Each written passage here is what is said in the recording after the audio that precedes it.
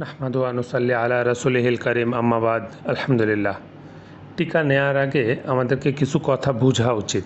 সব ধরনের টিকার আগে এই জিনিসগুলি মাথায় রাখা দরকার। টিকা একটা ফরেন বডি বা আর্টিফিশিয়াল কিছু বলতে পারেন, সম্পূর্ণ কেমিক্যাল দ্বারা তৈরি। আর আমাদের শরীরটা হচ্ছে ন্যাচারাল, সম্পূর্ণ প্রাকৃতিক, সব প্রাকৃতিক উপাদান দিয়ে এবং প্রকৃতির উপযোগী করে তৈরি করা হয়েছে। তো এখানে যখন একটা ফরেন বডি বা আর্টিফিশিয়াল কিছু ঢুকানো হবে, তখন সেখানে একটা বিরূপ প্রতিক্রিয়া দেখা দিবেই। তো টিকা যখন আমাদের শরীরে দেয়া হবে, তার একটা পার্শ্ব প্রতিক্রিয়া আসবেই, দেখা দিবেই। এখন আপনারা বলতে পারেন যে সব কিছুরই তো পার্শ্ব প্রতিক্রিয়া আছে। হ্যাঁ, এখন আগে দেখতে হবে যে কোন জিনিসটা আমাদের শরীরের জন্য সুইটেবল। যেটা সুইটেবল না, সেটা তো আমরা নিব না।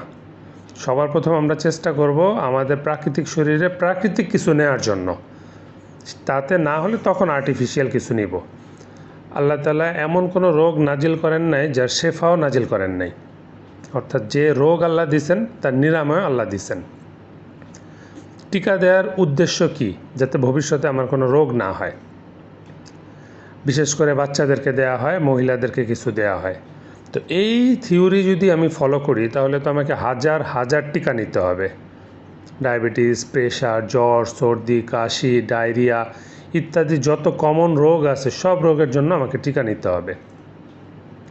সুতরাং বোঝা গেল যে এই টিকা একটা ষড়যন্ত্র।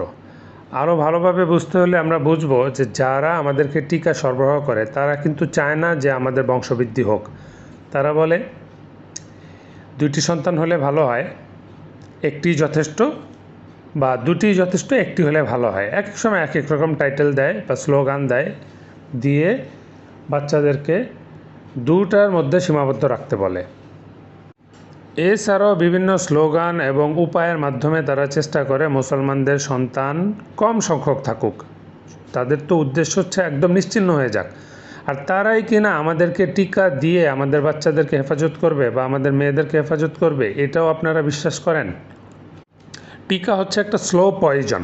এই মুহূর্তে দিলে আপনার কিছু হবে না, কিন্তু ধীরে ধীরে এটা ক্ষতি করবে আপনার বা আপনার বাচ্চার বা আপনার মেয়ের। এটা তারা সেভাবেই তৈরি করছে। আপনারা একটা জিনিস খুব ভালো করে জানেন, টিকাকে তৈরি করা হয় যেই রোগের জন্য বলা হয় সেই রোগেরই জীবাণু দিয়ে। আজকে আপনার ওই রোগ নিরাময় করবে ঠিকই, কিন্তু পরবর্তীতে অন্য নতুন রোগ চলে আসবে। এটাই হচ্ছে টিকার বৈশিষ্ট্য বা ধর্ম, যার কারণে আজকে আমরা এত রোগে রোগাক্রান্ত।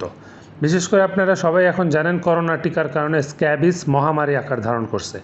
এছাড়াও অনেকের হার্ট অ্যাটাক হয়েছে, স্ট্রোক করছে, অনেক বিভিন্ন ধরনের সমস্যা দেখা দিছে। এত স্পষ্ট প্রমাণ পাওয়ার পরেও যদি আপনারা সতর্ক না হন, তাহলে আর কি করার আছে? এখন এই করোনা টিকা দিয়ে আল্লাহ তাআলা আমাদের চোখ খুলে দিয়েছেন। বাকি টিকাগুলির ব্যাপারে আমাদের বোঝা উচিত। বাচ্চাদেরকে এবং মহিলাদেরকে যত টিকা দেওয়া হয়, সবই ষড়যন্ত্র, ধোঁকা। আল্লাহ তাআলা আমাদেরকে এ থেকে হেফাজত করুন। এই নিয়ে যথেষ্ট লেখালেখি হয়েছে, আপনারা গুগল, ইউটিউবে সার্চ করলেই পেয়ে যাবেন। ফেসবুকেও অনেক আর্টিকেল আছে, আপনারা একটু কষ্ট করে সার্চ করেন, দেখবেন ইনশাআল্লাহ কত কত লেখা আছে, যা সবই হচ্ছে টিকার ক্ষতিকর দিক তুলে ধরা হয়েছে। টিকা একটি ভয়াবহ ষড়যন্ত্র। প্রথম হচ্ছে স্লো পয়জনিংয়ের মাধ্যমে মানুষকে মেরে ফেলা উদ্দেশ্য। দ্বিতীয় হচ্ছে যদি নাও মরে, তার মেন্টালিটি এমনভাবে তৈরি হবে যা দাজ্জালের উপযোগী হবে। অর্থাৎ অনেকটা জম্বি টাইপের হয়ে যাবে, উগ্র মেজাজের হয়ে যাবে। সে সবসময় দাজ্জালি জিনিসগুলিকে সহজে গ্রহণ করে নেবে, ঈমান থেকে দূরে সরে যাবে। এভাবে করেই টিকাগুলোকে তৈরি করা হয়। আর বেশি বেশি পশুর উপাদান ব্যবহার করার কারণে মানুষের ভিতরে পশুর বৈশিষ্ট্য চলে আসছে। সেটা আপনারা বর্তমান সমাজের দিকে তাকালেই দেখতে পান যে মানুষ এখন পশুর মতো কেমন হিংস্র হয়ে যাচ্ছে দিন দিন। এগুলি সবই টিকার প্রভাব, যার কারণে আমাদেরকে এখন টিকার বিরুদ্ধে তীব্র প্রতিবাদ গড়ে তুলতে হবে। আল্লাহ আমাদের বোঝার তৌফিক দান করুন। নাহমাদু ওয়া নুসাল্লি